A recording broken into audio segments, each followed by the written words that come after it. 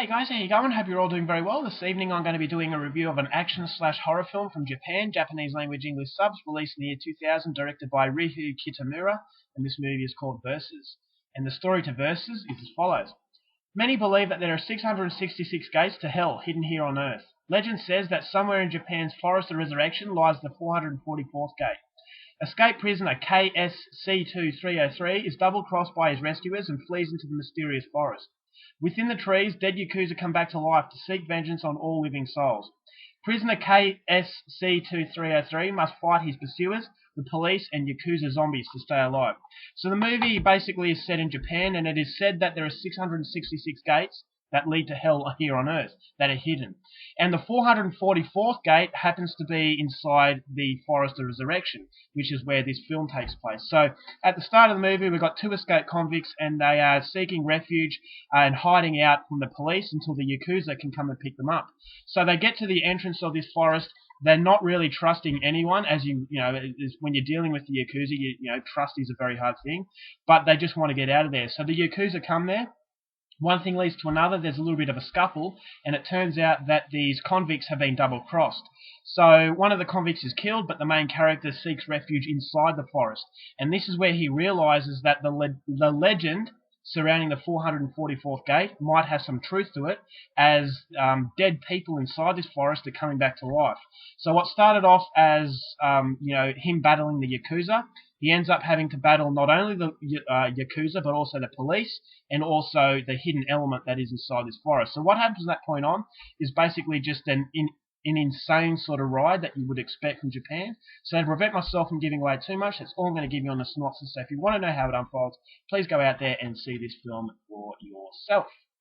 Now my thoughts on the movie. Ryu Kitamura, now he has since gone on to Hollywood, which is good for him because it really does show you that foreign directors are getting noticed, and the ones that usually go over to Hollywood, while I don't agree with it, it really is indicating how well they're respected. So he's since gone on to make Midnight Meat Train, which I really enjoyed, and also another movie called No One Lives. Now I haven't seen that one, it's a very new film, but he really has set his style. This guy is a very stylish director, and he really overdoes the gore. It's a very stylized kind of violence. So if you don't appreciate, glorifying violence, then Ryu Kitamura is definitely not for you. It's kind of like a more exaggerated version of Tarantino, where the movies really, they delve into violence and they really seem to enjoy the violence. So Ryu Kitamura, not a serious kind of director. It's not a director you're going to say he's going to win an Oscar, but he's got his own very stylized sort of approach, and this is where it all started. This is the movie that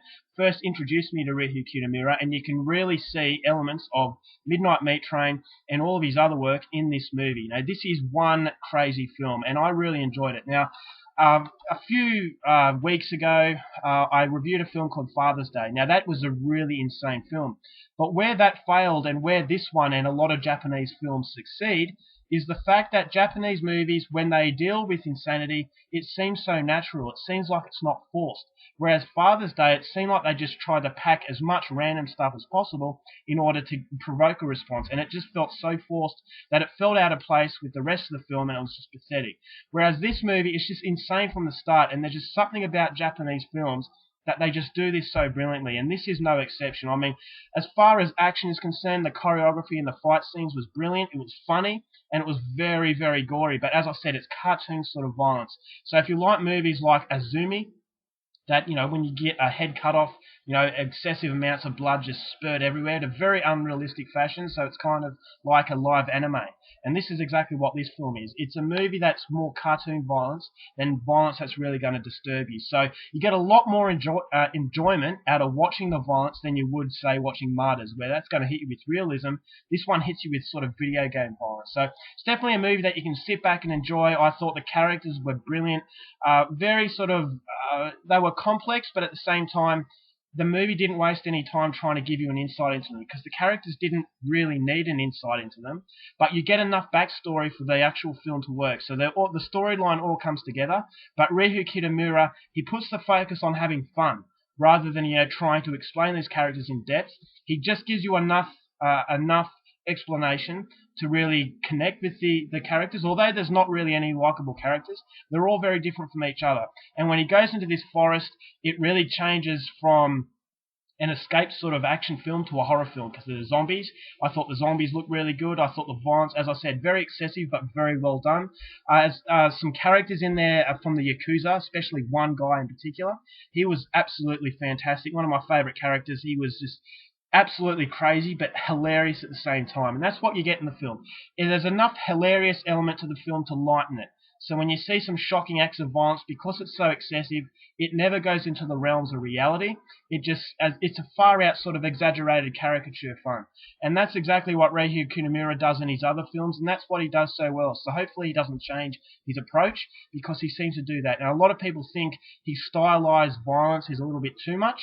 But I like it. I mean, this is a good fun ride. If you are bored one Friday evening and you want to watch a movie with some friends, this is definitely one to check out. I thought the ending was fantastic as well. The continuity of the film was brilliant. It goes for 116 minutes, but it never feels like it nearly goes for 2 hours, because the pacing is just really good. At the start, you get the plot where these two have escaped, and then as the movie goes along, it starts to gain momentum and it starts to get faster and faster and faster. And when these bad things happen, it just gets crazier and crazier. So you just lose yourself inside the film, and it never feels like it's dragging. So this is what the Japanese do so well. If you are after a film that is just crazy and really, really fun, this is definitely one that I would suggest.